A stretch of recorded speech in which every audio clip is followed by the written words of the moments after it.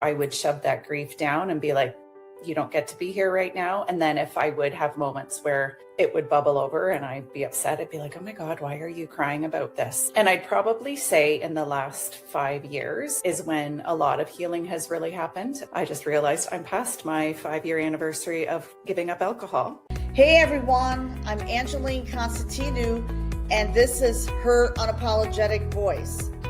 This podcast was created for women who lead but are done leading from apology. Here we have real, unfiltered conversations about boundaries, truth, and confidence. The kind of talks that remind you your voice is not something you find once, it's something you build. Every episode will give you something real to take with you, whether it's a boundary script, a reflection tool, or simply the courage to say what you really mean. So if you're ready to lead from your truth, not from approval, this is your space. Your unapologetic voice starts here.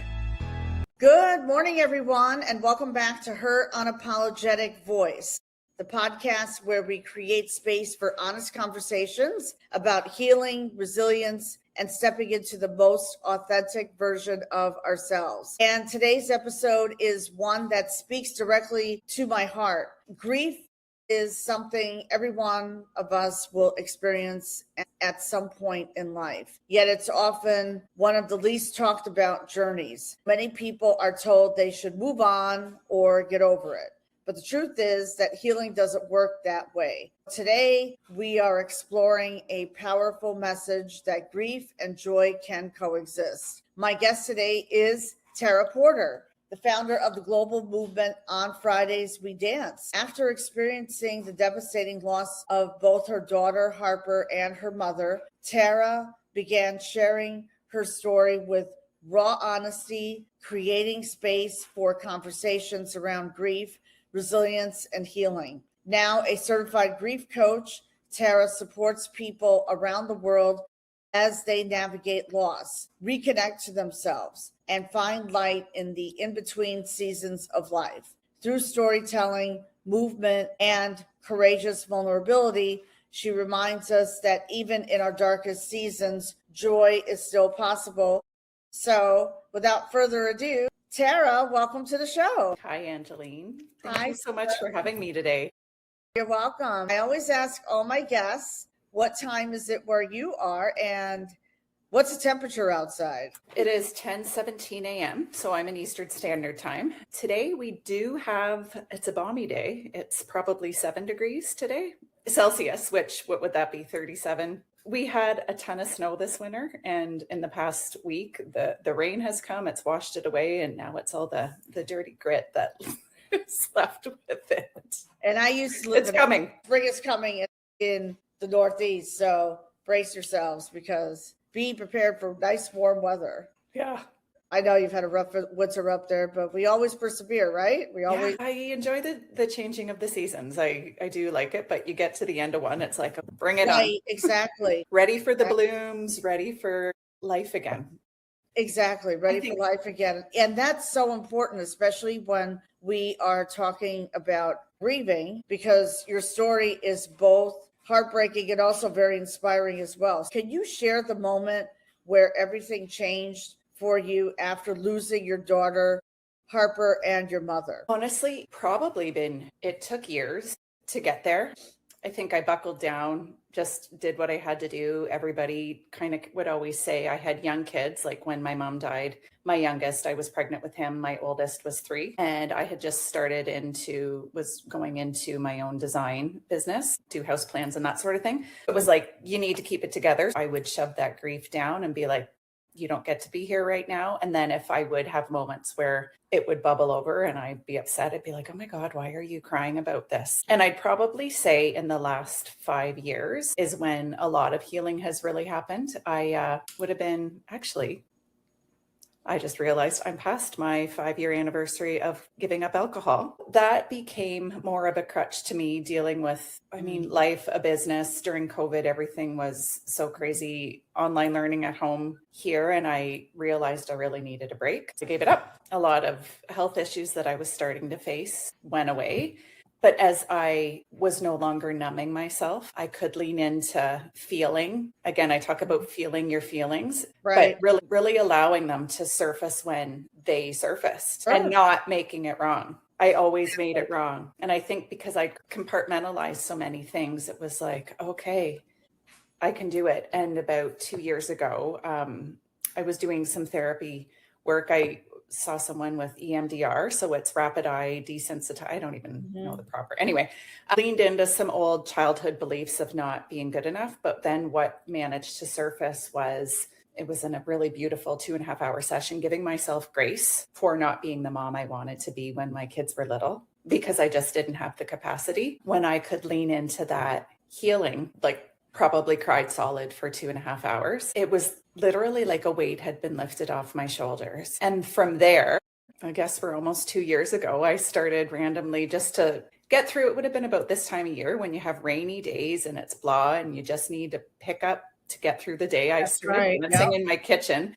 And I do a little recording, just being a complete goofball and sending it off to a couple friends or my sister. And we'd laugh. And one day I had done it, and it was like there was like a little voice on my shoulder, and it just said, just post it on Instagram. Everybody needs a laugh. I love that. Threw it into my stories, and it was Wilson Phillips, Hold On for One More Day, because who doesn't get going? Yeah. Grabbed my wooden spoon, because everybody needs a wooden spoon microphone. Oh, there you go. I love it. It was pretty funny. The amount of messages I got, can you please make this regular content? We need more of this in our life. I was like, why not? Because dancing, like with my mom, we would always have kitchen dance parties. And sometimes it would be dancing around the island or dancing in the living room, or we'd come into the, like where we grew up, we'd come in and we'd roll up. They had an area rug. We'd roll up the carpet and throw it down the stairs and have a dance party in the family room. It was so funny. So funny. When TikTok started and all the dancing and everything. Yeah, I'm definitely not like TikTok dances by any means. I'm just go with what moves me. I love that. My best friend said, you really need to use this as an opportunity to share your journey through grief. What I started doing was sharing my story, sharing about how hard it was to lose Harper and have, that there were problems with her and the fear that went into my pregnancy after that. What made it, I think, even harder was literally a year later on Christmas Day, losing my mom. She'd been sick with cancer for about 3.5 years, 4.5 years maybe. And it was like my world imploded.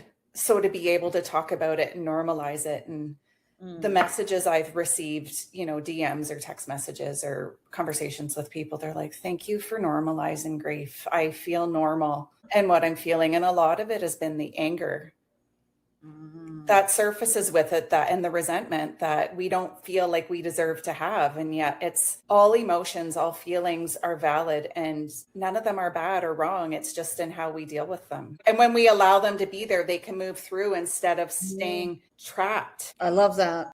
And in sharing my story, in allowing grief and joy, that's kind of what I got to. It's like, it's okay to have grief in this hand, but you can also have joy in this hand. We don't have to feel guilty for finding moments of joy.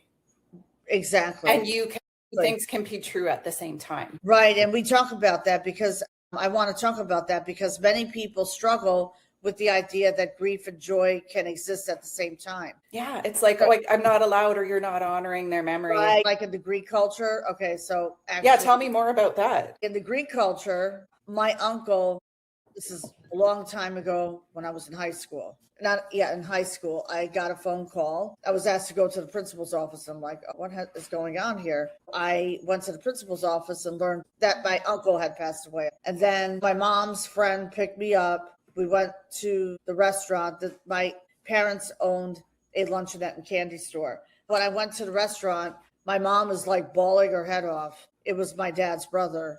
Mm-hmm. And, she wore black and like, well, you have to wear black for 30 days. I said, how can I do that when I'm in school? I said, that's not going to work.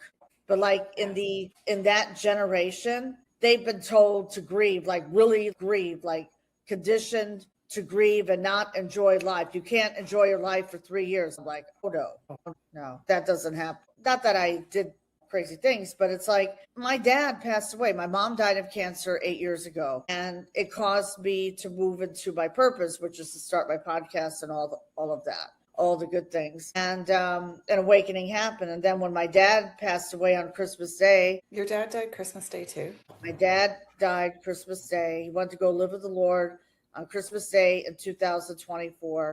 I was at the bottom of the total. Was going through sort of a dark period in my life at that time, but I rose from the ashes after that. But like the grief was so overwhelming because now you realize that your parents are not here anymore. My only wish is that my parents had enjoyed life more after they retired, but my mom had health issues, and then my dad later on had health issues, and he had dementia and Alzheimer's. I'm glad we're talking about this because so many people are conditioned to believe that you just have to mourn and grieve and not enjoy life and not dance and I'd love to dance. So fun. And it can totally shift your mood, like really quickly. And your healing journey. Let's talk about your healing journey. As I began sharing more of my healing journey on Instagram, on Fridays We Dance, dancing, the silliness, sometimes, by myself, sometimes I'll add in other people. I started having flashbacks from my childhood where I had no idea I had been sexually molested by my uncle. He was 9 years older than I am. It was my mom's youngest brother. He was experimenting with his own sexuality and not understanding his sexuality. And it was devastating, to say the least. How the memories, the flashback surfaced was me going to my grandmother and telling her I didn't feel comfortable with my uncle. And I can see it clear as day still now, where she would just she shark-eyed me. She was looking at me and ignoring me. Again, back in the early 80s, you sweep it under the rug. And part of the healing journey, it's learning to listen to our bodies remember things, our bodies tell us things, and our brain can be so quick to go, no, that's not right. But it was I can't even describe it, heaviest feeling in my gut. And I knew I had to listen to it. I cannot even begin to talk about how grateful I am for when I told my family, my parent, my dad, my siblings, my aunt, my only living relative, aunt on that side of the family, everybody believed me. They asked questions. There wasn't anybody going, oh, that's not true, because everybody else that was involved had passed on. But I just said, I truly believe, because I've allowed this part of my grief to surface and heal, and it's not taking up space inside my body anymore. My subconscious mind was like, all right, girl, you're ready. You can heal this part of yourself too. And while it's been utterly devastating in a lot of ways, and it's made me grieve my mom on a different level, because she's the one person that I just want to be able to hold me and be able to cry with, and she's not here. The anger that surfaced with her not being told at the time. And my dad even asked, he said, did you try to tell us? I said, no, I know I didn't. I didn't. But in flashbacks that came back, my uncle had told me if anybody knew the bad things I did, no one would love me. Wow. So it's again, which I know he was a very damaged person that didn't get the support he needed, but it's the reality of I now understand why I am the way I am. I think I was always a perfectionist growing up. I needed to prove my worth. I was never feeling like I was never good enough. And even in the last couple of months, going, okay, you don't have to prove it to anybody else. You need to just know that you were born worthy and you always will be worthy. And don't try to dim your light to make other people comfortable. Exactly. Because that's what I've done. I would be like, oh, I can't show up like that here because they won't feel comfortable with it, or I have to. And now I'm just, again, my kids are embarrassed as hell when I dance and post these videos. But you know what? We're having fun. We're human. We're authentically you. Yeah. And not worrying about what other people think, including our family members. Yeah. And in doing so, met you through this book that we are all a part of. And I want to talk about that, about the movement, Breaking the Silence. Breaking the Silence. Which was released last week on March 4th. And 2 days before, I was in Tampa, St. Petersburg on business. So on Monday, I checked out of the hotel and I met Michelle in person at a local coffee shop. And it was that was the first time I met her, because I had interviewed Michelle on my podcast 4 years ago. And that's when Breaking the Silence was Gaining So, momentum. I have full body chills still. and chills, like even when we went live. Oh my God, I cried watching There's that. almost the views. There's like 1.5K views now. And it was for me being in the book, and you, both of us, we all have a story to share with the world, everyone. So, like for me, it's emotional. So emotional. And some of my friends already purchased the book. So, what did the book do for you? Let's talk about your chapter in the book. So in my chapter, which I was starting to write, I was like, I need to write my story. I need to write a book. And part of my Instagram posts is my captions. I always share a heartfelt something with it. So a lot of my regular viewers, they enjoy the dance, but they enjoy reading what I have. So I was like, let's start writing a book. But I felt somewhat lost in a direction where to go, and ended up finding Michelle, talking with her. So I was like, this feels like a safe way for me to, because it's the I'll do it, but then I would I call it Panic at the Disco, and then I kind of freeze up and be like, so it was beautiful that there was an outline, that we had the outline of the chapter to do, what's happened, what was I call it the TSN turning point. Sports are huge in our lives here. And then where you're at now, like giving your readers hope, like how can they find hope to get through whatever darkness they're going through? And as I started writing, it could spew, and I'm like, I have like over 12,000 words. We're supposed to keep it to 4,000. I've got to I know. And Michelle's like, don't even worry. Like, cut out all the stuff she goes, I know you are going to write your own book. So in it, I talked about, majority of it was losing Harper, and what that was like. And then went into losing my mom a year later, going into, again, like what I had shared earlier about not drinking anymore. And then coming into the On Fridays We Dance. But what I know, when you're grieving, it's like you want to go back to, like when I started, and even when my mom died, I remember thinking, because Harper's birthday was December 28th and she died at birth. So, we go into a new year, and New Year's always supposed to be a celebration. So the following year, I'm like, I can't start another new year off in grief. I can't do this. I cannot do. And I know that I hadn't even remotely really been grieving, but I was like, I just want to fast forward. Like, let me get to the good stuff. And it's not how grief works. But even in grief, it's like and in life and trauma and healing, it's like an onion, right? It happens in layers. You think, oh, I've dealt with this, and then something else comes up again. And I'm like, we're back to this. Yeah, like it's literally there. And I wanted to get back to the person I was before I had been grieving. What grief has shown me is that version of me was never meant to be the version I am now. I'm not trying to put the silver lining on it, because grief is hard. And like you said, we're all going to deal with it at some point. But what it's shown me is what was no longer serving me in my life. And again, we can't compare ourselves to anybody else. It feels like it's taken me a long time to get here, but I'm here.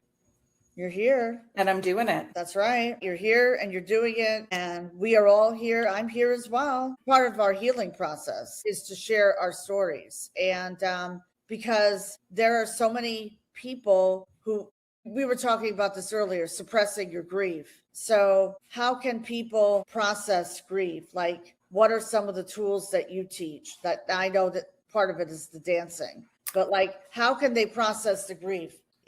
Because some people are just so hurt, even 20 years. Yeah. Well, and in a lot of the, and I've recently I'm finishing up this grief coaching certification. I'm this close to the final thing. But what I've learned in it, a lot of people, it takes almost 5 years till people reach out for therapy. And I can look back and know I was offered a social worker right away through the hospital Harper was born at. And I was like, no, I'll be fine. Now, I did at different stages in my life. I've often gone for therapy. And then, you get to a point, and I've always known the grief coaching, it's different than therapy. It's giving you, literally, I call it the toolbox. And a lot of things that have really helped me have been more holistic. Like a lot of energy work, Reiki, where you can learn to listen to the signs your body's giving you, like the lump in your throat, right? When you're stifling, or it's to pause and be able to mindfulness,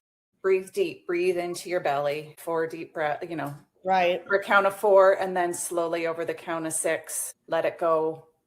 How can you find, is there a ritual that you would enjoy. Like sometimes it's just, here's a candle. I'm thinking of you. I'm going to light the candle so you can sit with me. Exactly. But honoring what's there. I find a lot yoga Helps. walking, That's what I do. yeah, like yoga has, Yoga has helped me so much. connecting back to our bodies, Right. not staying, because it's normal and we can only do so much, and but the distracting we do, right, like, or the numbing, right, the drinking, the shopping, the keeping ourselves busy. I've been notorious when I go for walks with my dogs, let's throw in a podcast, let's throw in a music, let's talk to a friend. And I'm trying to get more back into, let's just allow this time in nature to be grounding. Let's notice what's going on around us. Harper, she surfaces for me as butterflies. Yeah. So we're coming into the time, as the summer comes and we start to get our butterfly visitors, and my mom, she comes back as dragonflies. So when we get those, I'm just like, thank you. Yeah.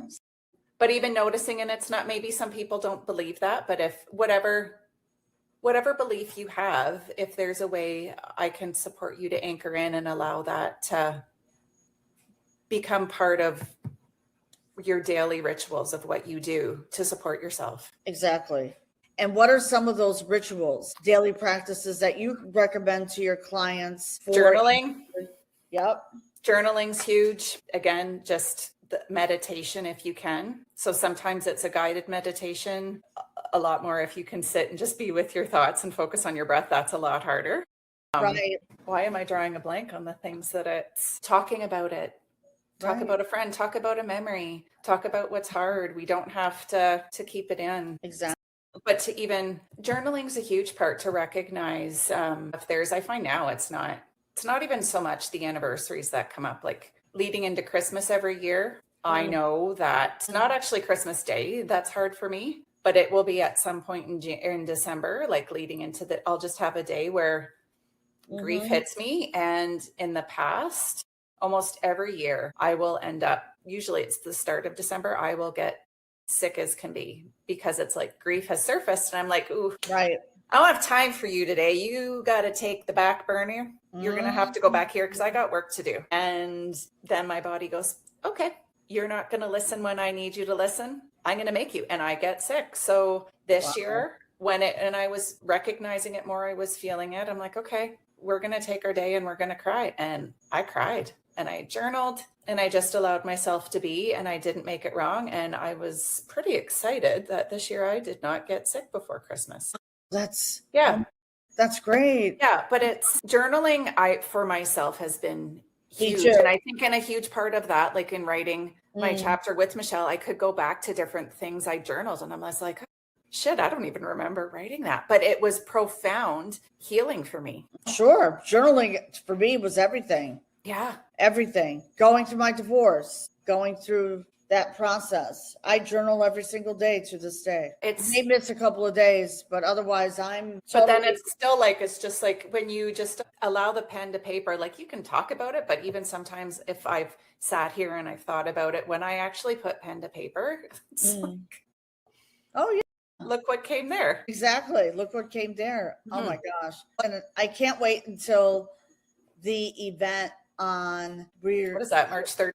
March 30th. Yes. So on March 30th, there is going to be a live event in Tampa at Oxford University. So Breaking the Silence, all of us authors are coming together. We're going to be doing a book signing that night. There's going to be photographers. There's going to be everything. We have to be there at 5:00. So I'm going to be in Tampa the day before. That's good. Yeah. So how excited are you about the book signing and everything?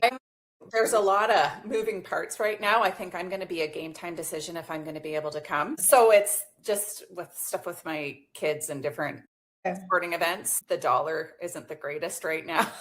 Exchange rate. So I've set the intention, if I'm really meant to be there, all the stars will align that I can be there. I'm going to have my own little book launch here in Ontario for my community, but I really want to be there. I really want to meet everybody. It's one thing to be in a Zoom meeting with everybody in our meetings, but to actually meet people, and I'm a hug person, to give people hugs. I'm a hugger too. Where can people reach you before we close this out? Always great on Instagram. What am I? Tara Porter Official. Facebook, Tara Porter. TikTok, I don't post as much on there. Okay. But what's my account? Dancing Designer. All of Tara's links will be in the show notes. All right, now to close this out, if someone is listening right now who feels like that they will never feel whole after loss, what would you want them to hear today? In this moment, you might not feel whole. Love on yourself. Put your hand on your heart and know that there will come a day when you will. You literally feel like you're going to die of a broken heart, and your heart does break. It feels like it's shattered. And what I've said, it's, if you've broken a vase or a teacup and something and it was important to you and you glue it back together and it's just not the same, you can kind of see the glue marks. I like to picture a fancy teacup and I've glued it together, but in that glue, what has happened is there's now gold glitter. And as I've come back into myself, that glue is showing that you are not the same as what you originally were. But in sharing my light and sharing my story, there's like a gold light that shines through those cracks in that teacup, through that glue that you can see. Right. You're not the same. That grief will forever be in your heart. Okay.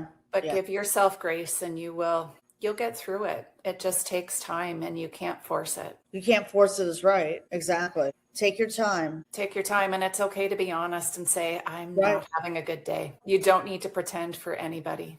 There you go. Absolutely. I agree with you. Great advice. And thank you so much, Tara. Thanks for talking today, Angeline. Oh, you're welcome, Tara. And today's conversation, it's a beautiful reminder that healing isn't about forgetting the people we love or pretending the pain never existed. So it's about learning to carry our stories, sharing our stories with compassion and courage. Tara's message shows us that even in the deepest grief, joy can still find its way back to us. Tara, thank you so much for your vulnerability and for creating a movement that reminds people around the world that even in the hardest seasons, life is still worth dancing through. Yes, I love dance. So, listeners, if today's episode resonated with you, please share it with someone who may need this message of hope and healing. So please follow Her Unapologetic Voice on my YouTube channel and on Spotify and on all the live streaming platforms that you listen to. I would love a rating and a review because that will just amplify our voices and help with the algorithms. Please subscribe, follow me on Unapologetic Voice at Unapologetic Voices, Spotify, Apple, and YouTube. So everyone have a great day. Thank you. Thank you. I cannot wait to read your chapter, by the way. I can't wait to read yours. Thank you for creating this platform for these conversations to happen. You're welcome. That's what the platform is here for. I love it. Thank you. Thank you. Okay. Bye, everyone. See ya. See ya. Thank you for listening to Her Unapologetic Voice. Every conversation here is meant to help you build confidence from the inside out and find strength in your own words. If today's message resonated, follow the show and share it with a friend who's ready to lead from who she truly is. You can also connect with me on social media at Her Unapologetic Voice Podcast for updates and behind the scenes insights. Remember, confidence begins when you stop apologizing for your truth and start speaking from it. I'm Angeline Constantinou, and I will see you in the next episode.